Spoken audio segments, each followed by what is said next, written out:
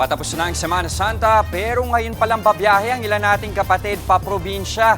Live mula sa Parañaque Integrated Terminal Exchange o PTEX, nasa frontline ng balitang yan si JC Cosico. JC, wala pa rin tigil ang dagsa ng mga kapatid natin dyan kahit pa isang araw na lang ang natitira sa Holy Week break. Yes, Jess, dagsa pa rin nga yung mga passengers dito nga sa PTEX. Ngayon nga Black Saturday. Tayo po ngayon ay narito sa may boarding gate 2 kung saan meron po mga passengers na naghihintay nga na makasakay ng mga bus. Ang ilan nga sa mga pasahero ay ngayon pa lamang uuwi ng kanilang mga probinsya ngayon pong Holy Week. Walang patid ang dating ng mga passengers sa PTEX ngayon pong Black Saturday. Sa entrance, humahaba ang pila ng mga pasahero dahil isa-isang ini-inspeksyon yung mga baggage ng mga pasahero. Ang family nga nila na Joey na galing Bacoor, Cavite, biyaheng Catanduanes. Iniwasan daw nila ang dagsa ng mga pasahero nitong mga nakaraang araw sa PTEX. Yan din po ang iniwasan ng senior citizen na si Yonita na Catanduanes din po ngayong araw. Narito ang kanilang mga pahayag. Daming pasahero. Gusto namin sana ordinary, kaso polybook din eh.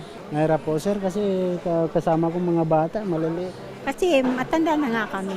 Mahirap makisiksikan. Reunion at pista. Iba yung kamag-anak makita mo sa tagal ng panahon, taon-taon kasi nauwi kami.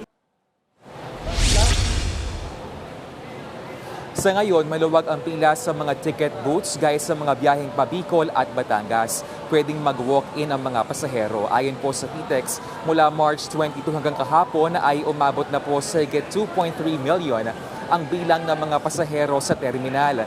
Pinakamaraming passengers noong April 1, Miyerkules Santo, na siya pong huling araw ng trabaho bago ang bakasyon. Umabot daw po yan ng halos 204,000. Noong Holy Week noong isang taon ay umabot sa 2.5 million ang bilang po ng mga passengers dito sa PTEX at inaasahan po ng pamunuan na malalagpasan pa ang bilang na po yan ngayong taon dahil marami raw yung piniling mag-commute sa halip po na magdala ng mga sariling sasakyan dahil po sa mataas na presyo ng gasolina.